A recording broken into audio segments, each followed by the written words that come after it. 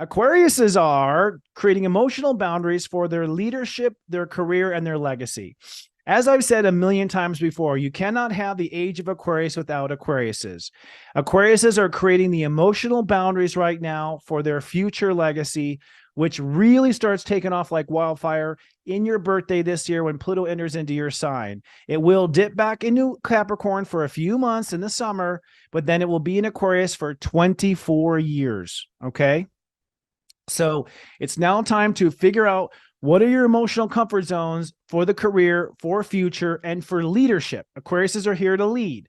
I know you're not comfortable doing that right now, but you will be once you're pushed in the pool. And believe me, Pluto will push you in the pool. Ask the Capricorns, my last sign. Were they pushed in the pool? Yes.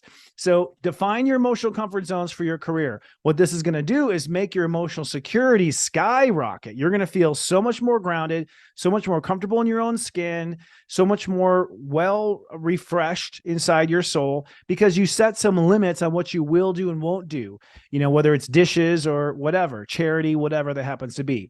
So it creates sacred emotional security when you define your career legacy boundaries. All right.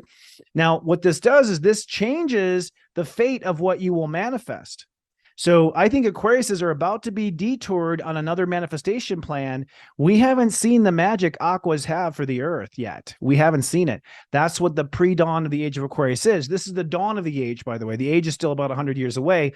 But this generation of Aquariuses actually plant the seeds of the future and what's potential for that age of Aquarius. The age of Aquarius will inherit the work that you pioneer right now. So I think Aquariuses are going to get wealthy and generate wealth and generate prosperity. I can't say it. I don't know. My mind will not go there. You will generate wealth. I don't know why my mind won't say that. And you will generate probably cool inventions and cool things on the earth as well, I think. But again, what's the key to that? What you will do and what you won't do. Now, inside, it's time to become your own best friend. You've got to be your own cheerleader. You got to talk yourself up. You got to realize that you've got the magic sauce. You got to realize that you've got the formula for the future. You have to have a new story about where you belong. You've got to believe, thank you, Michelle. You got to believe that you belong there. You've got to believe that you are the one that's meant to make the change, that you are the one that's meant to run for office, that you are the one that's meant to change the world. You've got to believe, okay? And what this does is this allows you to believe in yourself. So we're going to see a real change in you believing in yourself, I think, over the course of this week, if you change that story about you belonging. I know you've been the weird one always in the back of the classroom, but that was the pre-story, the backstory. That was not how the story ends. It's serious joy, joy, joy.